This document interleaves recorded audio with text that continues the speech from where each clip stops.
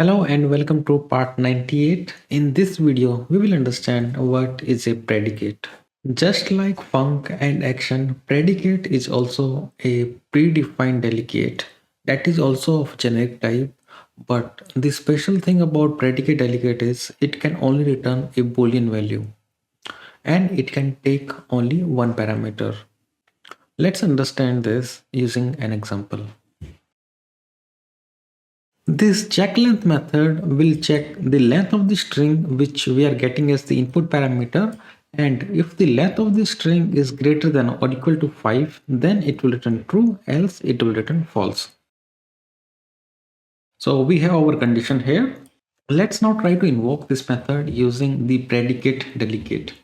To use predicate, we need to use the predicate delegate, and if you notice here, there is only one implementation that is available and we can only provide one input parameter. But this input parameter can be of any type. It can be string, it can be integer, or it can also be a custom data type also. In our case, because my method is taking one string parameter, so let's use the string here, new predicate, and within this we can pass our check length method. So either you can use this syntax, and again if you want the shorter syntax you can just remove this piece of code and directly add the check length method to this delegate. And now our delegate 1 is pointing to check length method. Okay, now let's invoke this. We will say delegate 1 dot invoke, and because my method is expecting a string parameter, so let's pass the string here. So the length of hello string is 5, so we should return true here, right? We can store the result of this in a boolean. Let's call it result equal to this. If you hover over on the invoke method, you can see it is returning a boolean because predicate delegate can only work with the methods which are returning a boolean value and which are having only one input parameter. Console.writeLine, let's print the result, and if we run the program, you will notice we are getting the true here because the length of hello string is equal to 5. And if we provide a string which is less than 5 string, let's say hi here, so now the length is 2, we should return a false here. Let's run the program, we are getting the false.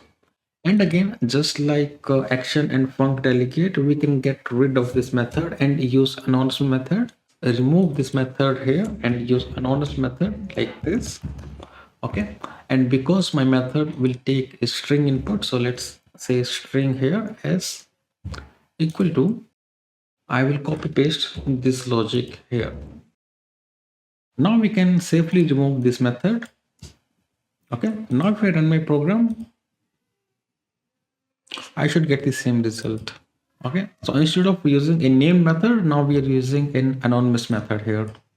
But because our method is using more than one line of code, right? So we cannot remove these curly braces here. In the previous videos, our methods were using only one piece of line. That's why we were able to remove the curly braces, but in this case we have multiple lines in our method, so we cannot remove these curly braces. So that's it for this video, guys. In this video we have seen how we can use predicate delegate to invoke methods which are expecting one parameter and having a return type as Boolean. In the next video we will understand the difference between action, func and predicate delegate.